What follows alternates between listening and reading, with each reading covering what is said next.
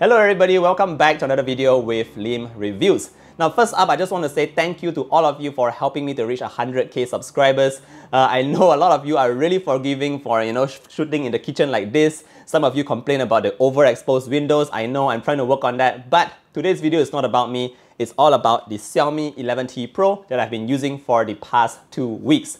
Now, I saw on social media and from other videos online that people are just criticizing the 11T Pro. Some are saying that it is below expectations. Some are looking at it as a downgrade. But please hear me out. In today's video, I'll be talking to you about my actual user experience after using this guy here for close to 2 weeks now.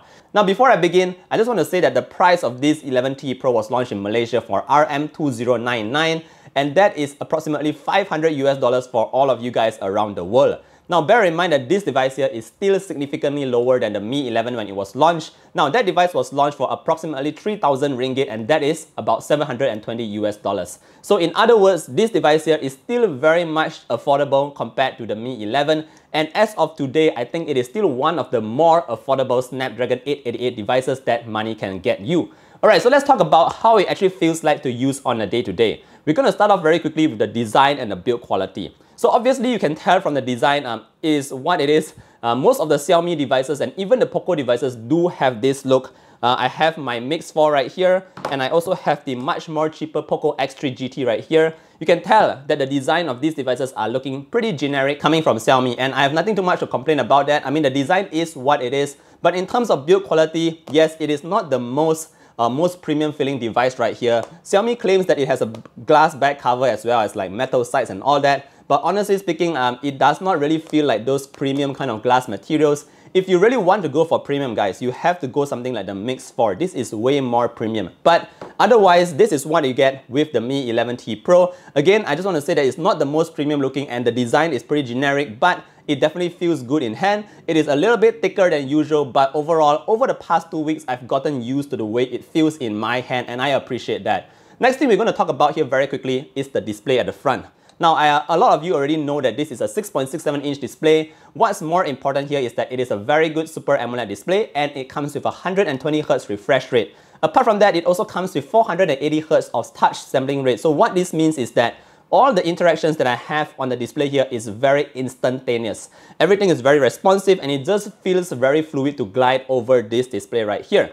Now, one thing that I did found a slight issue here was with the Netflix. Now, Netflix is said to be able to support the full HD, but whenever I turn on my Netflix on this device right here, I notice that I'm getting the resolution of approximately 480p to 720p, which is not as sharp as I would like it to get. So that's just one thing that you should take note of. Netflix is not really super optimized for this device here yet. But otherwise, just in terms of the display itself, it gets very bright outdoors, it's very usable indoors, and there's not much to complain about this display right here. Now let's move on to the second thing and talk very quickly about the performance, because a lot of you guys are thinking about that. So for the Snapdragon 888 here, obviously you already know that this is a premium processor. Using day-to-day apps like your Facebook, social media, and Instagram, everything just flies, guys. It is very fast. Obviously, again, the Snapdragon 888 is known for its heating issues. So if you're playing a lot of games, you should always take note that the device here will get very warm. And based on my personal test and all that, I did use a temperature gun to shoot at the back of the camera right here, which is where it gets its warmest. It is approximately 45 degrees Celsius at the back. So it's very warm to hold. And even if you're playing games for long periods of time, you will definitely feel very hot on this device here. But I did not face any screen dimming issues, and nor did I face any auto closure of any apps at all. So your apps will still run, but it is just very hot. I know not everyone out there is a gamer. Maybe you just play some light games and all that. In those cases, the device will not heat up that bad. It is approximately 40 to 41 degrees Celsius. So again, only if you are a hardcore gamer will you experience this kind of high temperatures on the 11T Pro. Now let's talk very quickly about the MIUI experience. A lot of people are saying that MIUI is always full of bugs.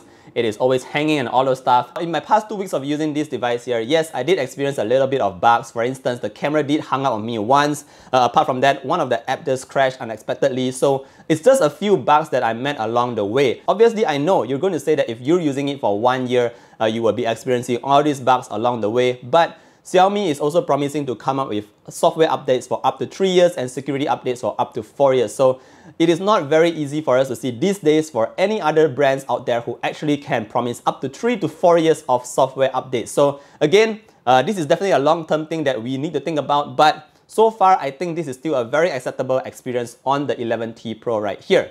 Alright, now let's move on very quickly to talk a little bit about the camera at the back. Yes, we do get a 108 megapixel main sensor, an ultra-wide as well as a tele macro lens. Let's talk about the image quality because that's what I want to focus on the most. Now, if you notice, the 11T also came with a 108 megapixel camera, but the one on the 11T Pro here is the better sensor module. Based on all the photos that I've taken to date, I noticed that the images taken during the day is actually very clear.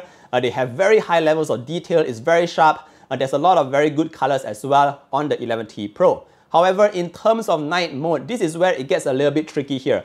Occasionally, the camera does get everything right, but sometimes it does get some things wrong as well through its software processing. Now, what I mean by that is, naturally during night mode, what the phone tries to do is it tries to brighten up a very dark environment. And sometimes in these cases, it might just go too much and it just makes the image overexposed. There's a couple of noise here and there, so it's not the best image. But again, I would say that this is a very similar kind of experience that I've seen on other devices as well. No device out there to date that I can say always takes a perfect shot whenever you want to take a photo. So again, these are kind of situations that you might meet, but overall, based on my experience with the cameras on the 11T Pro, I'm still very satisfied that for the price of RM2099, these are the kind of photos that I can get today. Now let's talk very quickly about the battery in the back here. Now I know we do get a 5000 mAh battery, which is definitely good enough for 1.5 days of actual use. But the best part here is that Xiaomi did include the 120 watt charger in the box. Again guys, ask yourself this question, at RM2099 or $500 for that matter, how often do you see a 120 watt fast charger in the box? Now what this does is it gets the device from 0 to 100% in approximately 20 minutes guys. That's really blazing fast and I never have to worry about battery. In fact, I don't carry my power bank or my battery pack with me anymore when I go out. I just carry the charger and whenever I need some juice, which in most cases I do not, I just need to find a wall, plug it in for like 5 minutes and get enough juice to run the rest of the day. So that's what I can talk about in terms of the battery and the charging speeds. Now last but not least, I want to talk very quickly about two final stuff here, and that is the speakers first. So speakers wise, yes, we do get dual stereo speakers, and the best part about this is, you know, normally when you hold your phone to play games, your hand will cover one of the speakers. So the best part is that the secondary speaker at the top here, which also acts as the earpiece, is able to give you decent sound. Now, I don't find it as loud as the bottom firing speaker. The bottom firing speaker is still louder than the one on the earpiece, obviously, but it still helps to give you that secondary audio in the case where you game like this and you block out one of the speakers. So that's just something that I just want to point out. Last but not least, let's talk a little bit about haptics because haptics are always very important to the overall user experience. And for this device right here, it does come with the X-axis haptics, so it's definitely one of the better ones here. Vibrations are short and crisp and I have no complaints about it whatsoever. Alright guys, bottom line here, what I think about the 11T Pro after using it for 2 weeks. Again, I just want to highlight the fact that this costs RM2099 for the base variant of 8GB of RAM and 256GB of internal memory. For this price point, again, it is one of the more or the most affordable Snapdragon 888 devices that you can get in the market. Obviously, it is not perfect. There are areas where there are some shortcomings, and of course, there are places where I did hope that Xiaomi improved on. But again, think about this, for RM2099, you can't expect for the most premium experience. I mean, in that case, what would the Mix 4 be for, right? Why would Xiaomi even make this device if everything is just going to be the same? So in this case, I still think that this is still a very recommended device for you guys to actually purchase. If you don't want, it's completely fine. Just wait for the next model to come out. Overall guys, this is what I have to share with you with my personal user experience on the 11T Pro. If you do have any further questions, feel free to leave them down in the comment section below. I hope you enjoyed this video. If you did enjoy this video, don't forget to like the video, sub to the channel, and I'll see all of you guys in the next one. Bye!